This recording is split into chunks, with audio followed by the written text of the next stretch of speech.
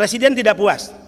Beliau katakan, saya melihat mereka sering mengalami antrian panjang ketika masuk pemeriksaan imigrasi saat akan ke luar negeri maupun tiba dari luar negeri di negara kita.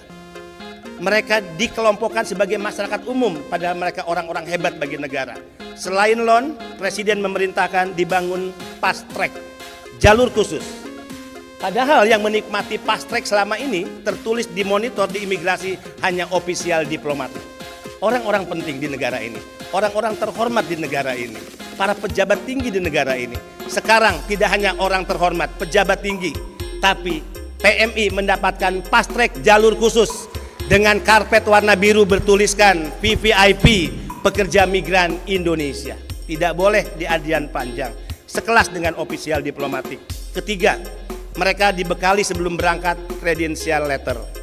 Silahkan di googling, kawan PMI, apa arti credential letter? Surat kepercayaan negara.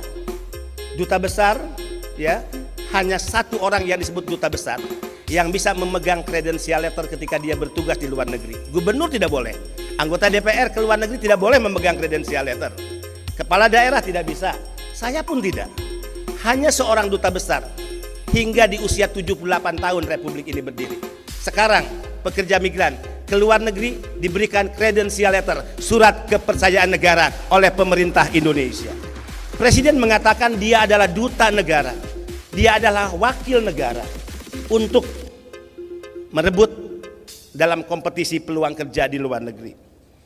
Suratnya keren, mahal, dan ini diberikan kepada pimpinan perusahaan. Di surat ini dinyatakan bahwa mereka orang baik dan yang menyatakan itu adalah negara. Bagi Presiden Republik Indonesia, mereka adalah harga diri dan dignity Indonesia.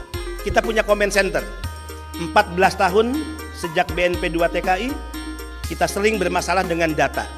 Kemlu sering menyampaikan data yang berbeda tentang pekerja migran, demikian juga Kementerian Ketenagakerjaan, terlebih juga BP2MI. Tapi sejak comment center dibuat di tahun 2021, kita sudah bisa memastikan siapa mereka, bekerja di negara mana, berapa gajinya, kapan dia berangkat, diberangkatkan oleh siapa, dengan skema apa, ya, apa pekerjaannya, gajinya berapa, dan dia tinggal di titik koordinat mana, dipastikan oleh comment center sebagai bentuk perlindungan negara kepada pekerja migran Indonesia.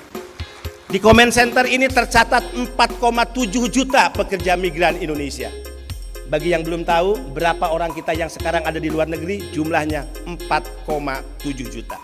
Berapa orang Sulawesi Selatan yang sedang bekerja di luar negeri? 74.000. Tapi problemnya adalah ini yang tercatat resmi, yang berangkat secara prosedural.